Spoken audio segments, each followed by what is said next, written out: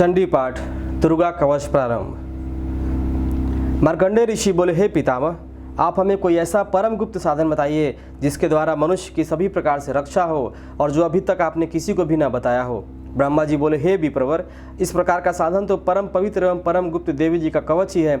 इसी से प्राणी मात्र का कल्याण एवं सब प्रकार की रक्षा होती है। उसे सुनिए। देवी जी की 9 मूर्तियों के नाम इस प्रकार है। पहली शैलपुत्री, दूसरी ब्रह्मचारिणी, तीसरी चंद्रघंटा, चौथी कुष्मांडा, 5वीं स्कंद माता, 6ठी कात्यायनी, 7वीं कालरात्रि, 8वीं महागौरी और 9वीं सिद्धिदात्री है।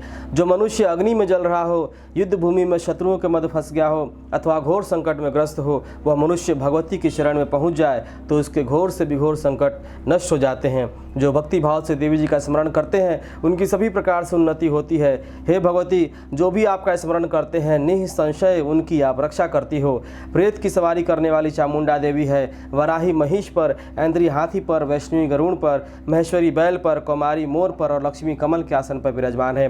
श्वेत रूप धारण करने वाले वृषभ के वाहन वाली ईश्वरी देवी है। हंस पर चढ़ी हुई सभी आभूषणों में भूषित ब्राह्मी देवी है। इस प्रकार अनेक प्रकार के रत्नों से विभूषित सभी योग शक्तियों से संयुक्त सब माताएं हैं। सभी देव क्रोधयुक्त रथों पर सवार होकर दर्शन देती हैं। ये शंख, चक्र, गदा, शक्ति, हल, मुसल, खेटक, तुमर, परशु, पाश, कुंती, त्रिशूल, उत्तम शार्ंग, धनुष इत्यादि अस्त्र शस्त्र दैत्यों के शरीर नाश के लिए, भक्तों को अभय देने के लिए एवं देवताओं के हित के लिए धारण करती हैं। महान रौद्र रूप, अत्यंत घोर पराक्रम, महान बल और महान उत्साह वाली देवी, तुम महान भय का नाश करने वाली हो। तुम्हें नमस्कार हो। तुम्हारी ओर देखना भी कठिन है। शत्रुओं को भय बढ़ाने वाली जगदम्बिके, मेरी रक्षा करो। पूर्व दिशा में मेरी रक्षा ऐन्द्री देवी करे। अग्नि कोण में अग्नि देवता, दक्षिण में वाराही, नैऋत्य कोण में खंग धारिणी, पश्चिम में वारुणी, वायु कोण में मृगवाहिनी, उत्तर में कौमारी, ईशान कोण में शूल धारण, ऊपर ब्रह्मा जी एवं नीचे वैष्णवी देवी रक्षा करे। इस प्रकार सबको अपना वाहन बनाने वाली चामुंडा देवी, 10 दिशाओं में मेरी रक्षा करो। जय मेरी आगे की, विजया मेरे पीछे की, बाईं ओर अजीता, दाईं ओर अपराजिता रक्षा करे। उद्योतनी मेरे शिखा की, उमा मेरे मस्तक पर विराज कर। मस्तक की मालहारी, भावों की यशस्विनी, भावों के मध्य में त्रिनेत्र, नासिकाओं की यमघटा देवी, नेत्रों के मध्य में शंखनी, कानों की द्वारवासिनी, कपोलों की कालका, कानों के मूल देश को शांकरी मेरी रक्षा करे। नासिका की सुगंधी, ऊपर के होठ की चर्चिका, नीचे के होठ की अमृत कला एवं जिह्वा की सरस्वती देवी रक्षा करे। दांतों की कुमारी, कंठ की चंडिका, गले की चित्रघंटा, तालु प्रदेश की महामाया रक्षा करे। चिबुक की कामाक्षी, वाणी की सर्वमंगला, ग्रीवा की भद्रकाली, पृष्ठ हस्तियों की धनुर्धरी रक्षा करे। कंठ के बाहरी भाग की नीलग्रीवा, कंठ नालिका की नलकुबरी, दोनों कंधों की खंगनी एवं मेरी भुजाओं की वज्रधारणी रक्षा करे। दोनों हाथों की दंडनी, अंगुलियों की अंबिका, नाखूनों की शूलेश्वरी, कुक्षी की कुलेश्वरी रक्षा करे। स्तनों की महादेवी, मन की शोक विनाशिनी, हृदय की ललिता देवी, उदर की शूलधारणी रक्षा करे। नाभि की कामनी, गुप्त इंद्रियों की गुमेश्वरी, लिंग की पुतकामनी, गुदा की महेश्वानी रक्षा करे। कटी की भगवती, घुटनों की विंध्यवासिनी, जंघाओं की महाबली देवी रक्षा करे। गुल्फों की नारसिंही, पाँव के तलुओं का तेजस्वी, उंगलियों की श्रीदेवी और तालुओं की हथेली वासिनी की रक्षा करे। नाखूनों की दृष्टा कराली, केशों की ऊर्ध्वकेशनी, रोम छिद्रों की कौबेरी और त्वचा की बागेश्वरी रक्षा करे। रक्त, मज्जा, वसा, मांस, अस्थि, मेद की पार्वती, अंतड़ियों की कालरात्रि, पीठ की मुकुटश्री रक्षा करे। पद्मावती, कफ की चूड़ामणि, नाखूनों के तेज की ज्वालामुखी, सभी संधियों के विद्या देवी रक्षा करे। हे ब्रह्माणी, आप मेरे वीर की रक्षा करें। छाया की छत्तेश्वरी और मन, बुद्धि, अहंकार की धर्मधारणी रक्षा करे। प्राणों की कल्याण, शोभना और शब्द, स्पर्श, रूप, रस, गंध, इन 5 इंद्रियों की योगिनी, सत्य रज तम की नारायणी सर्वदा रक्षा करे। आयु की वराही, धर्म की वैष्णवी, यश और कीर्ति की लक्ष्मी तथा धन विद्या की चक्रिणी रक्षा करे। इंद्राणी मेरे गोत्र की, चंडिके मेरे पशुओं की, महालक्ष्मी मेरे पुत्रों की, भैरवी भार्या की रक्षा करे। मेरे पथ की, सुपथा मार्ग की, शेम करे। राजा के दरबार में महालक्ष्मी एवं सभी दिशाओं में स्त्रियों की विजया मेरी रक्षा करे। और जो भी स्थान कवच में नहीं आए और जो आरक्षित है उन स्थानों की पापनाशिनी जयंती देवी रक्षा करे। मनुष्य यदि अपना मंगल चाहता है तो एक कदम भी बिना कवच कहीं न जाए। कवच से नित्य रक्षित मनुष्य जहाँ तहाँ भी जाता है, वहीं से उसे धन का लाभ तथा सभी कामनाओं की सिद्धि प्राप्ति होती है। पृथ्वी पर उस पुरुष को ऐश्वर्य एवं अतुल संपत्ति प्राप्त होती है। वह मनुष्य निर्भय हो जाता है। युद्ध भूमि में कोई भी उसे नहीं जीत सकता। त्रिलोक भर में पूजा जाता है। यह देवी कवच देवताओं को दुर्लभ है। इसका अत्यंत श्रद्धा के साथ सावधान होकर जो तीनों संध्याओं में नित्य पाठ कर लेता है उसे देवी कला प्राप्त होती है। कोई भी उसे तीनों लोकों में पराजित नहीं कर सकता। उसे अकाल मृत्यु नहीं आती। वह 100 वर्ष से भी अधिक आयु पाता है। यह कवच उसका तेज, यश और कीर्ति बढ़ा देता है। चंडी पाठ करने वाला पहले कवच का पाठ कर ले। जब तक पर्वत, वन, कानूनों के साथ यह पृथ्वी टिकी हुई है तब तक ऐसे पुरुष की संतति इस पृथ्वी पर टिकी रहती है। कवच के पाठ करने वाले का देहांत होने पर महामाया की कृपा से देव दुर्लभ परम स्थान की प्राप्ति होती है। सुंदर रूप को पाकर वह सदाशिव के साथ आनंद पाता है। इति देवी कवच समाप्तम। ये अक्षत फूल छोड़ दीजिए, दीजिए हाथ में दीजिए। श्री अर्गला स्तोत्र। श्री मार्कंडे जी बोले, जयंती मंगला काली भद्र काली कपालिनी दुर्गा शिवा धात्री स्वाहा स्वधा आदि देवियों को मेरा नमस्कार हो। हे चामुंडे देवी, समस्त प्राणियों के दुख निवारण करने वाली आपकी जय हो। सर्वव्यापक देवी कालरात्रि आपकी जय हो। मधु तथा कैटव दत्तों का दलन करने वाली ब्रह्मा जी को वर देने वाली आपको नमस्कार हो। हे देवी, आप मुझे सुंदर रूप, जय, यश तथा काम क्रोध आदि शत्रुओं का नाश करने वाली भक्तों की सुखदाता देवी जी को नमस्कार हो। मुझे रूप दो, जय दो, यश दो, शत्रुओं का नाश करो। हे रक्त बीज वध करने वाली देवी और चामुंड असुरों का विनाश करने वाली माता, मुझे सुंदर रूप, जय दो, यश दो, शत्रुओं का वध करो। हे पाप नाशानी चंडी के जो सर्वदा भक्ति पूर्वक आपके चरणों में मस्तक झुकाते हैं, उन्हें रूप दो, जय दो, यश दो, शत्रुओं का नाश करो। सभी व्याधियों का नाश करने वाली चंडी के जो आपकी भक्ति पूर्वक स्तुति करते हैं, उन्हें रूप दो, जय दो, यश दो, शत्रुओं का नाश करो। हे देवी जी, आप मुझे सौभाग्य, आरोग्य और परम सुख दो, रूप दो, शत्रुओं का विध्वंस करो, मेरा कल्याण कीजिए और उत्तम धन संपत्ति दो, जय, रूप दो, यश दो, शत्रुओं का नाश करो। हे माता, आपके चरणों पर देवता और दैत्य दोनों ही अपने मुकुट की कमणी खींचते रहते हैं। हे मातेश्वरी, अपने भक्त को विद्यावान, यशवान, लक्ष्मीवान करो। बड़े बड़े अभिमानी दैत्यों को हिमान चूर्ण करने वाली चंडिके, मैं आपको प्रणाम करता हूँ। हे चार भुजा वाली माता, चतुर्मुख ब्रह्मा जी आपकी स्तुति करते हैं। परमेश्वरी, रूप दो, जय दो, यश दो, बैरियों का विध्वंस करो। हे मातेश्वरी, विष्णु भगवान आपकी निरंतर भक्ति पूर्वक स्तुति करते हैं। मुझे रूप दो, जय दो, यश दो, बैरियों का विध्वंस करो। श्री पार्वती के पति महादेव जी से स्तुति है। परमेश्वरी, रूप दो, जय दो, यश दो, शत्रुओं का नाश करो। हे देवी जी, आप तो कठोर भुजदंड रखने वाले दैत्यों का घमंड नाश करती हो। हे अंबिके, आप अपने भक्तों के लिए अपार आनंद की वृद्धि करती हो। मुझे रूप दो, यश दो, शत्रुओं का नाश करो। हे मातेश्वरी, आप मुझे वह पत्नी प्रदान करें जो मेरी इच्छाओं के अनुकूल हो और इस भयानक संसार रूपी समुद्र से मुझे तारने वाली हो। उत्तम कुल से उत्पन्न हो। जो पुरुष इस स्तोत्र का पाठ करके सप्तशती महास्तोत्र रूपी महास्तोत्र का पाठ करता है, वह सप्तशती के जप से मिलने वाले वर एवं श्रेष्ठ सप्तशती के फल को प्राप्त करता है। इति अर्गला स्तोत्रम समाप्तम। जी ला बच्चा, गिराते रहते हो। अब अच्छा क्यों कहे मुझे? गिराते नहीं ना बेटा। यार चावल घुस गया, लग गया है। चावल घुस गया, लीजिए। यार अब नहीं यार। अरे यार अभी यार ऐसे थोड़ी होता है यार, पूजा पूरा करना। हाँ रखो, उसको भी सब चढ़ता है। देवी माँ सब ले लेती हैं। देवी माँ बच्चों से सब ले लेती हैं। बच्चे जो देते हैं देवी माँ ले लेती है। क्यों?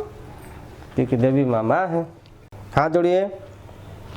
आगे सुनेंगे कीलक स्तोत्र। अथ कीलक स्तोत्रम। श्री मार्कंडे ऋषि बोले, मैं उन भगवान शिव को नमस्कार करता हूँ, तीनों वेद जिनके 3 दिव्य नेत्र हैं, जिनका शरीर विशुद्ध ज्ञान स्वरूप है, जो मोक्ष प्राप्ति के कारण है।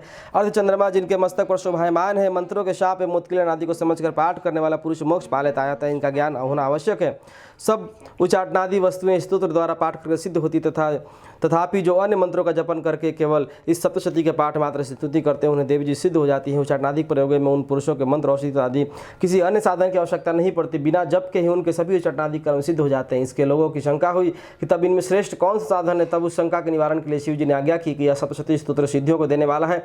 उस स्तोत्र को भगवान सदाशिव ने गुप्त कर दिया। इस स्तोत्र के पाठ द्वारा प्राप्त होने वाले पुण्य कभी समाप्त नहीं होते। साधक सभी प्रकार का क्षेम प्राप्त कर लेता है, इसमें कोई संशय नहीं है। कृष्ण पक्षी चतुर्दशी अथवा अष्टमी के दिन एकाग्र होकर जो अपना सब कुछ भगवती को अर्पण करता है और फिर प्रसाद रूपेण ग्रहण कर लेता है, उस पर भगवती प्रसन्न होती है, अन्यथा नहीं। इस रूप से किलक द्वारा महादेव जी ने इस स्तोत्र का किलन कर दिया। जो इसके द्वारा सप्तशती का निष्किलन करके स्पष्ट होकर नित्य पाठ करता है, वह सिद्ध हो जाता है। देवी जी का गढ़ एवं गंधर्व होता है, वह कहीं भी घूम रहा हो, उससे कोई भी भय नहीं होता, न उसे अकाल मृत्यु होती है। देहांत होने पर वह मोक्ष पाता है। इसलिए किलक स्तोत्र को समझ कर तथा इसका उत्कीलन करके पाठ करना उचित है। जिस प्रकार नहीं करता उसका नाश होता है, तभी तो बुद्धिमान इसे समझ कर ही उत्कीलन से संपन्न स्तोत्र का पाठ आरंभ करते हैं। जो कुछ भी रमणियों के सब श्री देवी जी की कृपा के फल हैं, इसी में सौंदर्य सौभाग्य आदि दिखाई देते हैं। वे सब कारण इस शुभ स्तोत्र का जप सदा करते रहना चाहिए। इसी स्तोत्र को मंद स्वर से पाठ करने से थोड़ा फल मिलता है। उच्च स्वर से पाठ आरंभ करें, सभी सिद्धियां प्राप्त होती हैं। जिस भगवती की कृपा द्वारा सौभाग्य, आरोग्य, संपत्तियां, शत्रु नाश तथा परम मोक्ष प्राप्त होती है, उस जगत माता की स्तुति अवश्य करनी चाहिए। तो ये अभी स्तोत्र सारे खत्म हो गए। इसके बाद हम पढ़ेंगे तीसरा अध्याय। बोलिए दुर्गा माता की।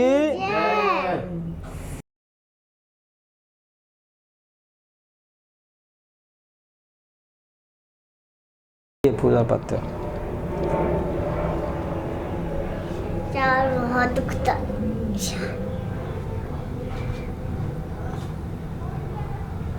तो तीसरा अध्याय शुरू करते हैं।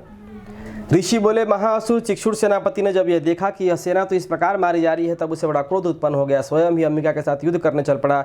युद्ध में जाकर उसने देवी जी पर बाणों की इस प्रकार वर्षा की जैसे मेघ सुमेरु पर्वत की चोटी पर जलधारा बरसा रहा हो। तब देवी ने उसके बाण समूह का खेल खेल में ही काट दिया।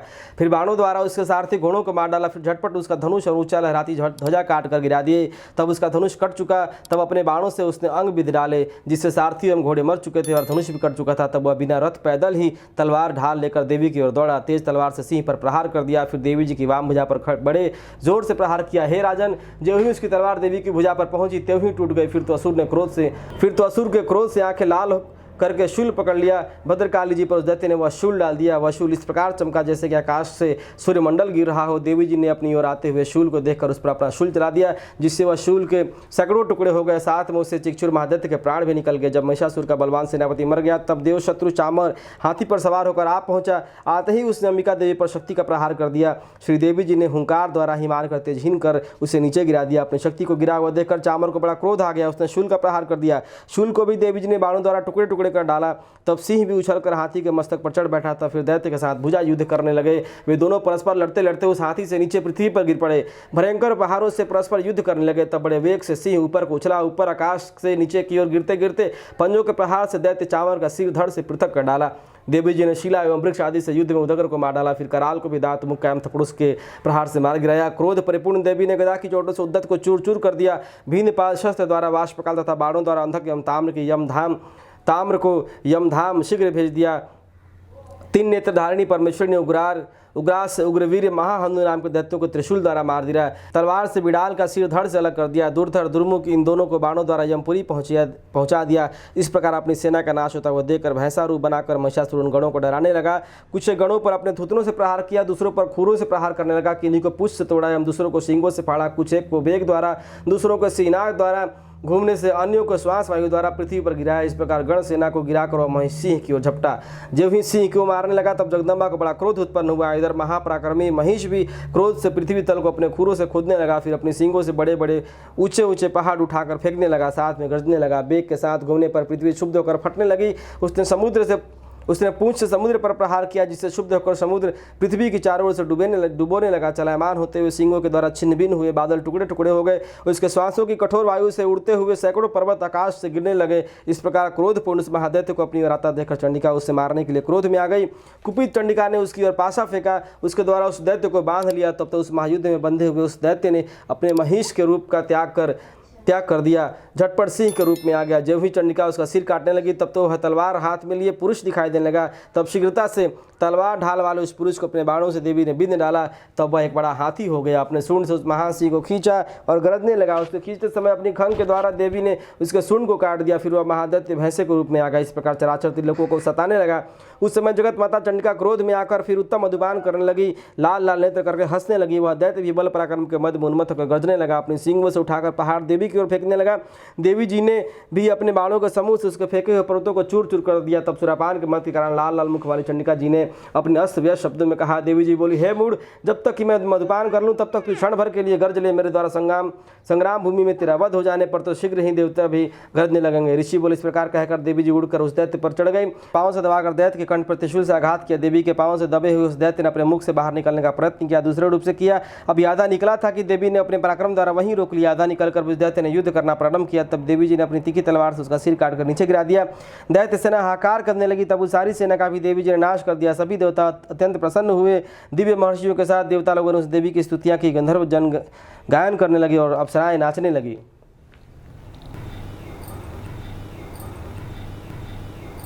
तो तीसरा अध्याय समाप्त हुआ। अब आगे पढ़ेंगे चौथा अध्याय। आप लोग ध्यान लगाकर इसी तरह सुने।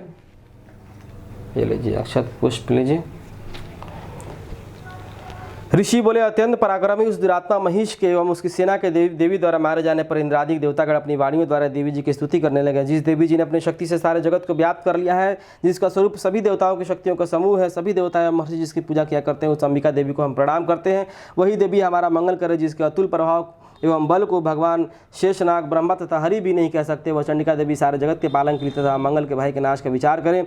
जो श्री स्वरूपिणी पुण्यात्माओं के घरों में जो लक्ष्मी स्वरूपा है, पापियों के घरों में दरिद्रता, बुद्धि, पवित्र बुद्धि वालों के हृदय में बुद्धि, श्रेष्ठ पुरुषों के यहाँ श्रद्धा, कुलीन मनुष्यों में लज्जा स्वरूपिणी है। इस प्रकार के हे देवी हम आपको प्रणाम करते हैं। हे भगवती आप विश्व को पालन करें।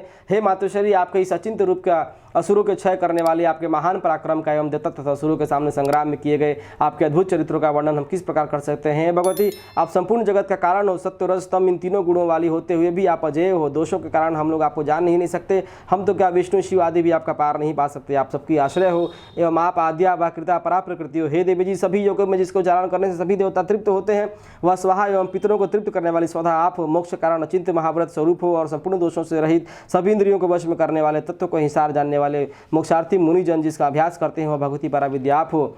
आप शब्द स्वरूपा हो, परम पवित्र ऋग्वेद यजुर्वेद मनोहर उद्गीत के पदों के पाठ से युक्त सामवेद का आप आधार हो। वेद त्रयी देवी हो, छह ऐश्वर्यों से संपन्न आप भगवती हो। सभी शास्त्रों के सार का ज्ञान करने वाली हे देवी आप मेधा हो। दुर्गम संसार रूप सागर से पार उतारने वाली नौका, शत्रु विष्णु के वक्ष स्थल पर निवास करने वाली आप लक्ष्मी स्वरूपा हो एवं चंद्रमा को मस्तक पर धारण करने वाले भगवान शंकर से सम्मानित आप ही गौरी हो। यदि भी आपका मुख स्वर्ण से भी उत्तम कांति से सुंदर तथा परिपूर्ण, चंद्रमा का बीम का अनुकरण करने वाली निर्मल मंद मुस्कान से शोभित है, तथापि इस प्रकार के चंद्रमुख को देखकर क्रोध से परिपूर्ण महिषासुर ने झट ही उस पर प्रहार किया। यह एक अद्भुत बात है। उससे भी अति अद्भुत एवं विचित्र बात यह है कि जब वही मुख क्रोध से युक्त हो, उदय होते हुए चंद्रमा की भांति लाल लाल थी, तनी हुई भव्य अति विकराल थी। ऐसा देखकर महिषासुर ने अपने प्राण तुरंत नहीं छोड़ दिए। भला कौन होगा जो क्रोधी यमराज को देखकर भी जीवित रह सके। हे देवी जी आप प्रसन्न हो, आपकी प्रसन्नता से जगत का अभ्युदय होता है और क्रोध में भर जाने से आप तत्काल ही कितने कुलों का नाश कर डालती है। सर्वदा उन्नति दाता देवी जी आप जिन पर प्रसन्न होती है वही देशों में सम्मानित हो, धन तथा यश पाते हैं, उनका धर्म भी शिथिल नहीं होता। आपकी कृपा द्वारा ही पुण्यात्मा पुरुष धर्म सभी संबंधी कार्य प्रतिदिन किया करता है। आपकी कृपा से स्वर्ग लाभ होता है। इसी कारण आपसे बढ़कर कौन है। सबके लिए उपकार करने वाली हो, आप सर्वदा दयामयी हो। राक्षसों के वध करने से जगत सुखी हो। ये राक्षस कभी नरक के लिए चिरकाल तक भले ही पाप करते रहे हो, संग्राम में इनका वध आपने इसलिए किया कि मुझसे मारे गए यह स्वर्ग में लोक में चले जाए, यही मन में रखकर हे देवी जी आप असुरों को केवल देखने मात्र से भस्म क्यों नहीं कर शत्रुओं का प्रहार क्यों कर दिया। इसका भी कारण होकर वह उत्तम लोक में मर कर पहुँचे।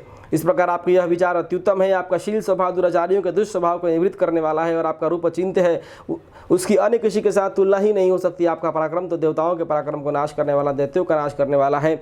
इसी प्रकार आप शत्रुओं पर भी दया करती हो। आपके पराक्रम की तुलना हे देवी किसके साथ हो सकती है। और आपके रूप भी तो परम मनोहर है, परम शत्रुओं के भयदायक हो। हे वरदायिनी त्रिलोक भर में यह आप में ही दिखाई देता है। हे देवी जी शत्रुओं का नाश करके सारी त्रिलोकी को आपने रक्षा की। संग्राम भूमि में भी उन दैत्यों का विनाश करके उन्हें स्वर्ग में पहुँचा दिया और हमारा भय भी दूर कर दिया जो कि हमें उन्मत्त दानव डराया करते थे।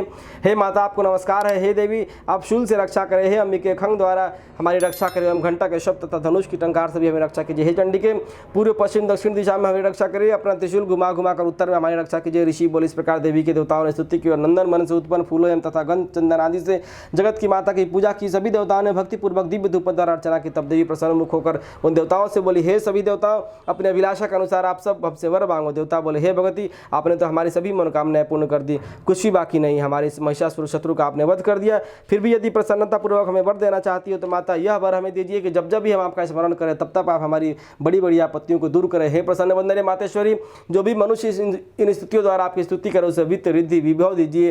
हे अंबिके हम पर सदा प्रसन्न रहिए। ऋषि बोले हे राजन तब देवताओं ने अपने तथा जगत के कारण के लिए इस प्रकार वर मांगा। तब उन्हें तथास्तु कहकर भद्रकाली अंतर्ध्यान हो गई। हे राजन पूर्व काल में तीनों लोगों का हित चाहने वाली देवी का देवताओं के शरीर से जैसा प्रकट हुआ वह सारी कथा मैंने कहा सुनाई।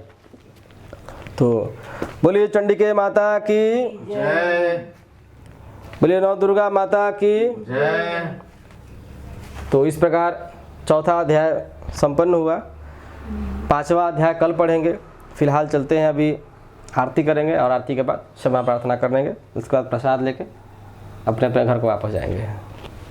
तो अगर आपको आरती और क्षमा प्रार्थना सुनना है तो उसका लिंक आपको यहाँ ऊपर आई बटन पे मिल जाएगा। वहाँ पे जाके आप आरती और क्षमा प्रार्थना मेरे पीछे दोहरा सकते हैं। तो इसी के साथ अभी सुबह की पूजा समाप्त करते हैं। माता रानी को प्रणाम करते हैं।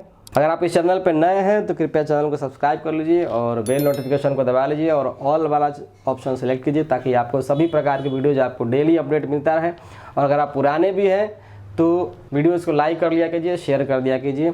ये सभी वीडियोज़ हमारे हिंदू धर्म से जुड़े हुए, हमारे पूजा विधि विधान से जुड़े हुए होते हैं ताकि इन सभी चीज़ों का प्रचार प्रसार ज़्यादा से ज़्यादा हो सके, इसलिए आप लोग इसको लाइक किया कीजिए और शेयर किया कीजिए। धन्यवाद। जय माता रानी। बोलिए नौ दुर्गा माता की।